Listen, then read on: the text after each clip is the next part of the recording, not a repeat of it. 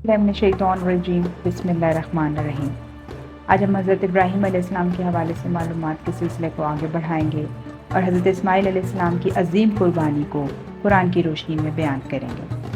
अल्लाह ताला ने हज़रत इब्राहीम अलैहिस्सलाम पे एक और आजमाइश उतारी और उन्हें बुढ़ापे में अता होने वाले अकलौते बेटे को अल्लाह की राह में कुर्बान करने का हुक्म दिया।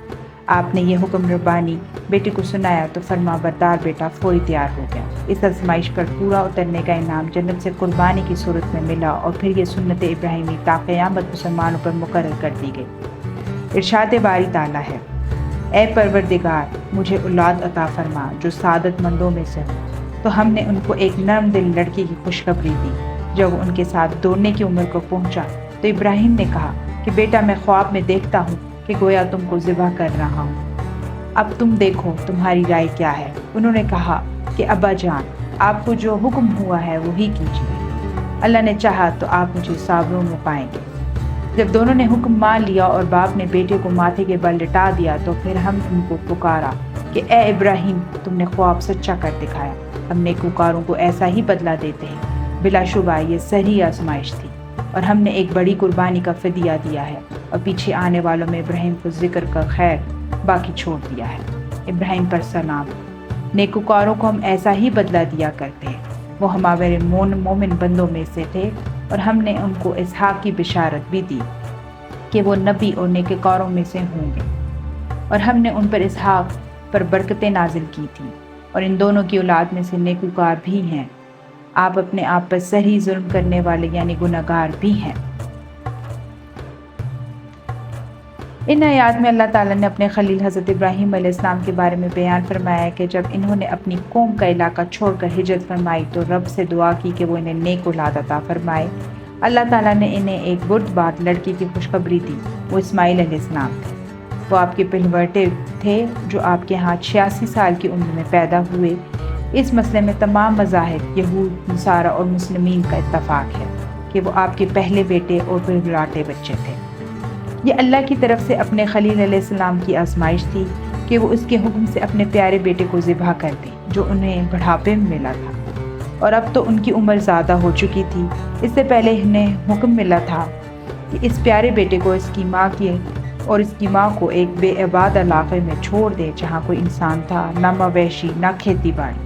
आप अलैहिस्सलाम ने इनके हुक्म की तामील की और इस पर भरोसा और तवक्कल करते हुए इन्हें वहाँ छोड़ आए। अल्लाह ताला ने इन्हें इन दोनों की मुश्किल से निजात दी और इन्हें वहाँ से रिस्क दिया जहाँ से वो सोच भी नहीं सकते थे। हज़रत इब्राहीम अलैहिस्सलाम ने इनके हल्क पर छुरी फेरी लेकिन कुछ कट ना सका। इस वक्त अल्लाह ताला की तरफ से आवाज़ आई, ए इब्राहीम तुमने ख्वाब को सच्चा कर दिखाया, यानी आपका जो इम्तिहान मकसूद था वो पूरा हो चुका है। आपकी इताअत और फौरी तामील ज़ाहिर हो चुकी। जिस तरह आपने अपना बदन आग में डाल दिया और माल मेहमानों पे खर्च कर दिया, इसी तरह आपने अपना बेटा कुर्बानी के लिए पेश कर दिया। इसलिए अल्लाह ताला ने फरमाया, बिलाशुबहा ये एक सही आजमाइश थी। अल्लाह ताला ने मज़ीद फरमाया, यानी हमने दूसरे ज़बी को इनके बेटे के अवज़ फिदिया बना दिया। जमहूर उलमा फरमाते हैं कि हज़रत इस्माइल अलैहिस्सलाम की जगह बड़ी आँखों वाला और सींगों वाला सफ़ेद मेंढा ज़िबा हुआ था।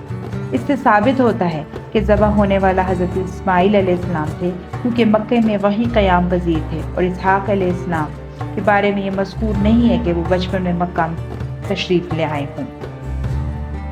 कुरान मजीद में हज़रत इब्राहीम अलैहिस्सलाम और उनके औलाद के मुतालिक जो कुछ मज़कूर है इससे वाज़िह तौर पर साबित होता है कि ज़बा होने वाले हज़रत इस्माइल अलैहिस्सलाम थे, क्योंकि अल्लाह ताला ने ज़िबा का वाक़या बयान करने के बाद फरमाया, और हमने इनको इसहाक की बिशारत भी दी कि वो नबी और नेकूकारों में से होंगे। जो लोग हज़रत इसहाक अलैहिस्सलाम के ज़िबा होने के कायल हैं, इनकी दलील महज इसराइली रवायात में हैं। इनकी किताब तहरीफ शुदा है। ख़ास तौर पर ये यहाँ तो तहरीफ इतनी वाज़िह है कि इससे इनकार मुमकिन नहीं, क्योंकि इनकी किताब में लिखा है कि अल्लाह ने इब्राहीम अलैहिस्सलाम को अपना अकलौता बेटा ज़िबा करने का हुक्म दिया। तर्जुमा शुदा नुस्खे में है पिलवटे बेटे इसहाक का लफ्ज़ है। यहाँ इसहाक का लफ्ज़ गलत तौर पर लिख दिया गया है, क्योंकि इसहाक अलैहिस्सलाम ना अकेले बेटे थे ना पहलवाटे। ये सिफ़ात तो हज़रत इस्माइल अलैहिस्सलाम की हैं।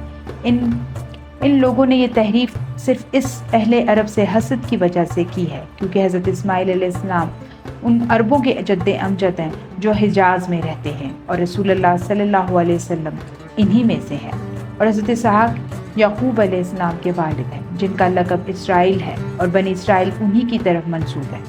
انہوں نے اس شرف کو اپنے نام لگانا چاہا، اس لیے اللہ کے کلام میں تحریف کر دی اور اضافہ کر دیا۔ یہ قوم نہایت جھوٹی ہے۔ انہوں نے یہ اقرار نہیں کیا کہ فضل و کرم اللہ تعالیٰ کے ہاتھ میں ہے اور وہ جسے چاہتا ہے عطا کرتا ہے۔ حضرت ابن قعب کرزی نے حضرت اسحاق علیہ السلام کی بجائے حضرت اسماعیل علیہ السلام کے ذبح ہونے پر اس آیت مبارکہ سے بہت خوب استدلال فرمایا ہے۔ تو ہم نے اسحاق کو اس کی اور اسحاق کے بعد یعقوب کی خوشخبری دی۔ وہ فرماتے ہیں یہ کیسے ہو سکتا ہے؟ ابراہیم علیہ السلام کو اسحاق علیہ السلام کی بشارت دی جائے اور یہ خوشخبری بھی دی جائے کہ ان کے ہاں بیٹا یعقوب علیہ السلام بھی پیدا ہوگا، پھر اسحاق علیہ السلام کو قربانی کرنے کا حکم دے دیا جائے، حالانکہ وہ ابھی بچے تھے، ان کے ہاں یعقوب علیہ السلام پیدا نہیں ہوئے تھے۔ یہ نہیں ہو سکتا کیونکہ یہ بشارت کے خلاف ہے۔ صحیح یہی ہے کہ ذبح حضرت اسماعیل علیہ السلام ہی ہیں۔ حضرت مجاہد، سید شعبی، یوسف بن مہران عطا رحمۃ اللہ علیہ اور دیگر حضرات نے ابن عباس رضی اللہ عنہ سے یہی قول نقل کیا ہے کہ وہ اسماعیل علیہ السلام تھے۔ حضرت عمر بن عبد العزیز رحمۃ اللہ نے شام کے ایک عالم کو بلایا جو پہلے یہودی تھے پھر مخلص مسلمان ہو گئے تھے، اور ان سے پوچھا حضرت ابراہیم علیہ السلام کو اپنا کون سا بیٹا ذبح کرنے کا حکم ہوا تھا؟